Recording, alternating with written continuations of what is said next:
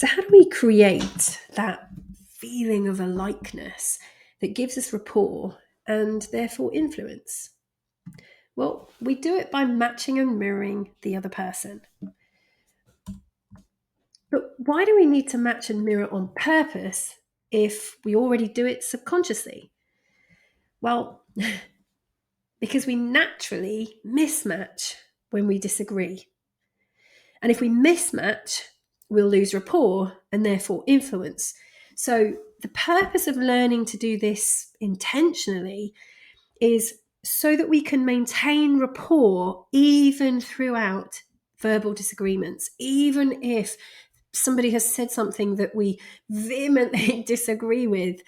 We know to keep our body language matched and mirrored so that we maintain that rapport between us as human beings whilst we figure out this verbal disagreement, but we won't break that level of influence because we're still matched and mirrors.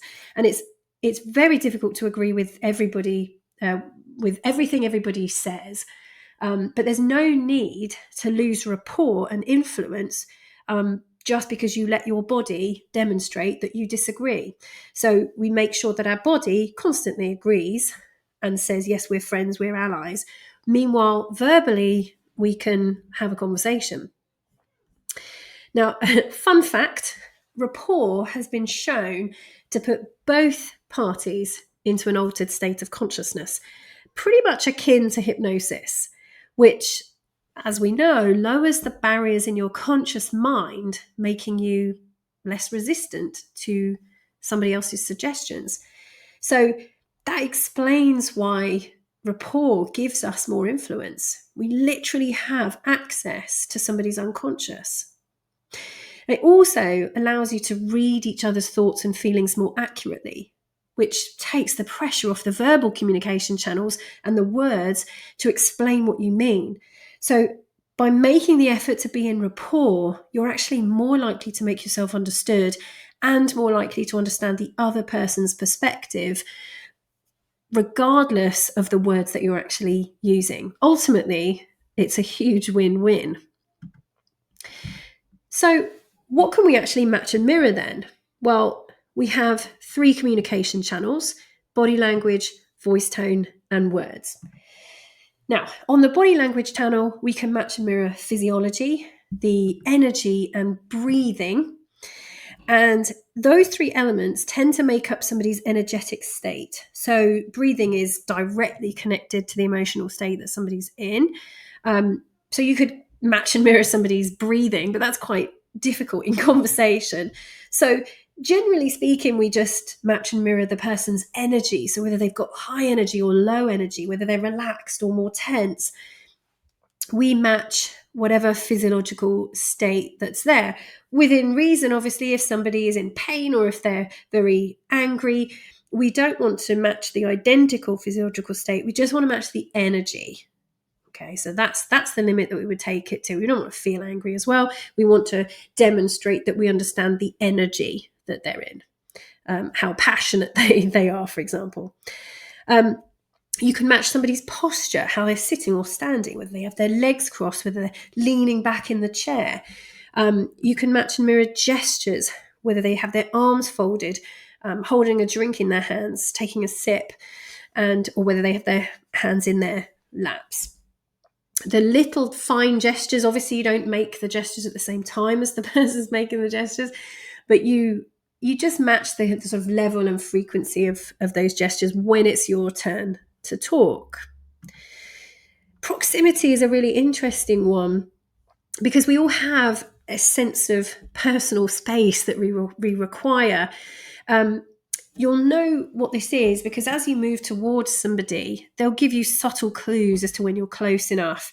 They'll often move backwards a little bit or tense up slightly. So really be mindful of where somebody's personal space is and try and respect it. If you're a space invader, because you like to get really close to people when you talk to them, just really pay attention to whether that's somebody else's personal space or whether you're in somebody else's comfort zone. you may need to be less comfortable yourself and be further away in order to make that other person feel more comfortable. Often we see the space invader, we see that in people that are really keen to build a relationship, and they're leaning forwards to the other person, demonstrating their keenness to be friends or to agree. But it's actually making the other person feel comfortable, so it's not having the effect that you think it is. So sometimes less is actually more. The handshake and facial expression. So handshake, well, again, we're always taught to have our own particular, good, firm handshake. But again, for matching and mirroring purposes, matching and mirroring what you're given probably would make the other person feel more comfortable. So if you have a bone-crushing handshake and somebody has a very gentle handshake, the chances are is that you're not going to make that person feel comfortable by crushing their hand. So just be mindful to match what you're given. Nice and straightforward. Facial expressions. It is unbelievable to me as a trainer of 17 years how little effort people make to tell their face that they're having a good time. It really makes a difference when you're in you're speaking to an audience, and perhaps a few people in the audience are making the effort to smile at you or nod or demonstrate that they're understanding what you're saying. Most people just go into kind of audience face and they're so ensconced in their own thoughts that they don't really give a thought to their expressions, and that's perfectly normal. If you make people laugh, they will immediately reflect that shift in emotion. But if they're thinking and they're deep in thought, they don't tend to put a facial expression that makes you feel more at ease and validates you. So it really is very easy to gain massive positive influence by making an effort to demonstrate to the person that you're engaged in conversation with that you appreciate what they're saying, nodding to show that you're listening, smiling when they smile. If they say something surprising, making a surprised face. Obviously it has to be natural, but it shows massive amounts of care and consideration to put somebody at ease, and it wins you huge advantages by doing so. If you're a coach or a trainer or anybody in authority, and somebody goes to the extra mile to make you feel comfortable, if this person wanted anything from you for the rest of the day, they would have your full attention. You would reciprocate that effort, spend time with them answering questions and things like that. So it really does, even when you're in the audience and you think, I couldn't possibly have an impact on the speaker, you absolutely can, by just utilizing your facial expressions to demonstrate understanding. Now, eye contact is a really important one, because we're always told that you have to give somebody eye contact in order to demonstrate respect or that you want to connect with them. But actually, it is way more important to match the level of eye contact they're comfortable with. And you know that what that is, because that's how much they're giving you. Again, simple, you just mirror back what you're given. Now, if somebody is avoiding eye contact with you, possibly because they're shy, then when you talk, look away from them around the room and let them, as long as your body is facing them, let them have the space to look at you without having to meet your eyes. Now, when it's their turn to talk, you can always kind of put your head or your ear towards them. So you look away from them, but you put your ear towards them and nod as if you're sort of thinking and focusing on what they're saying. You're still listening, but you're just not, drilling your eye contact into them, which would make them feel uncomfortable. By putting them at ease, they're more likely to start giving you more eye contact as they start to feel more comfortable. Now, voice tone includes things like voice quality, tone, tempo, timbre, volume, and really we don't have to give much attention to voice tone. If you have matched and mirrored that person's energy, then your voice will naturally do the same voice tone as that matches that energy. Now, for example, try and be excited about something, but speak in a low, slow tone. It's really hard to do it. So usually if you put yourself in the right energy state, your voice will match the energy state. Your tone, the tempo, the speed, everything will be the same. The one thing that may differ is the volume. If somebody's very quietly spoken, it's okay to lower your volume a little bit to match the same volume as that person. Usually that's very obvious. If somebody starts to whisper, it's very natural that you would start to whisper. Right? So you just naturally fall in line. So the voice tone, you don't need to give too much attention to. So then we move into the kind of verbal channel, the words, and we have things like keywords, so words that people use a lot, common words in their language, values and beliefs.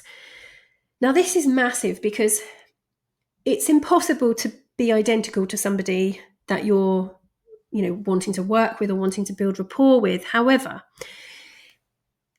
what's important to them just needs to be respected. So it doesn't need to be that their values and beliefs are your values and beliefs. You just need to demonstrate respect for those values and beliefs. And in doing so, you're demonstrating to that individual that they are important enough to take an interest in the subject they like and value what they value. Remember, the deepest question we're asking when building rapport with somebody is, am I safe with this person? Are my resources safe with this person? Will they be respected by this person? Or are they going to steal them and abuse me? So if we value the same things, or at least respect what the other person values, you'll feel entirely safe to share what you have because you know it will be respected. So another one is common experiences, shared experiences, which bring people together very quickly. And you'll probably have experienced, being at a party, perhaps feeling like, I don't really know anyone here. And then suddenly somebody you're speaking to has also jumped out of an airplane, or also, lives in the same place you have, or grew up where you grew up. Suddenly that connection between you, that common experience, can be enough to form an immediate bond. And also, the further away you are from home, or the more isolated you are, the more tenuous that link can be. So if you're both, in a hotel in Egypt, for example, and, you meet somebody who's just from the same county as you, that can be enough to build rapport over. Now, getting a bit deeper now into the word channel, the verbal channel, is something called predicates. Now, this is quite advanced, so focus on everything else and then come back to this for sort of marginal gains. But predicates are the words that we use that indicate what representational system we're using inside our minds. So visual, auditory, kinesthetic, or auditory digital are the only representational systems we can use inside our own heads. So visual predicates would be things like, I see what you mean, that looks clear to me, crystal clear. They're demonstrating to you that I'm focused on how things look, on the visuals. Auditory predicates would be things like, I hear what you're saying, or that sounds about right, that sounds good. Kinesthetic would be, I really get that. I want to push things forwards, or we've got a big obstacle in the way. Information, logic, auditory digital would be things like, oh, that's very interesting. I know what you're referring to. I'd need to analyze the data on that first. So much more devoid of the kind of physical senses and more about the intellectual at that point. Now, it sounds complicated, but all you have to do is actually mirror back the words that you're hearing, and without really thinking too much about it. So when you do this, you just demonstrate to the other person that you see things the way they do, or hear or feel things the way they do, and know what they're referring to. This way, you really can make people feel very understood, heard, and connected.